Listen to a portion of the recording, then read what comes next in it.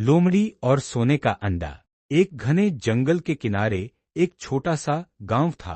उस गांव में रामू नाम का एक गरीब किसान रहता था।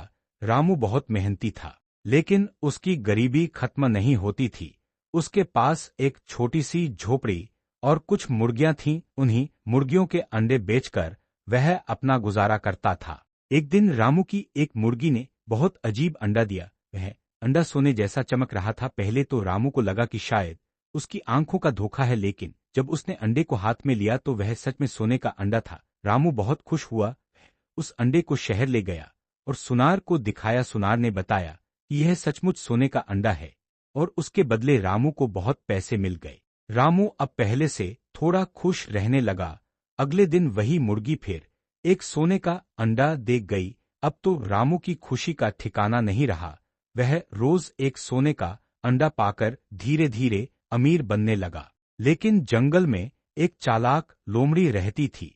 उसने रामू के घर के पास कई बार सोने के अंडे देखे। लोमड़ी को लालच आ गया। उसने सोचा, अगर मुझे यह मुर्गी मिल जाए तो मुझे रोज सोने का अंडा मिलेगा और मैं बहुत अमीर बन जाऊंगी। एक रात लोमड़ी चुपके से रामू के घर में घुस गई। उसने मुर्गी को पकड़ने की कोशिश की, लेकिन मुर्गी जोर जोर से कुकड़ूकू करने लगी। उसकी आवाज सुनकर रामू जाग गया। उसने जल्दी से एक डंडा उठाया और लोमड़ी के पीछे भागा। लोमड़ी डर गई और भागने लगी। भागते भागते वह पास के जंगल में चली गई। रामू ने राहत की सांस ली और अपनी मुर्गी को सुरक्षित देखकर खुश हुआ। उस दिन रामू ने सोचा कि लालच बहुत बुरी चीज होती है। अगर लोमड़ी लालच न करती तो उसे इतनी परेशानी न होती। उसी तरह इंसान को भी लालची नहीं होना चाहिए।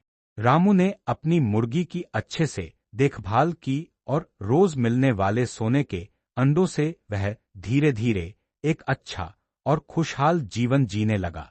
सीख, लालच हमेशा नुकसान देता है, इसलिए हमें संतोष और ईमानदारी से जीवन जीना चाहिए।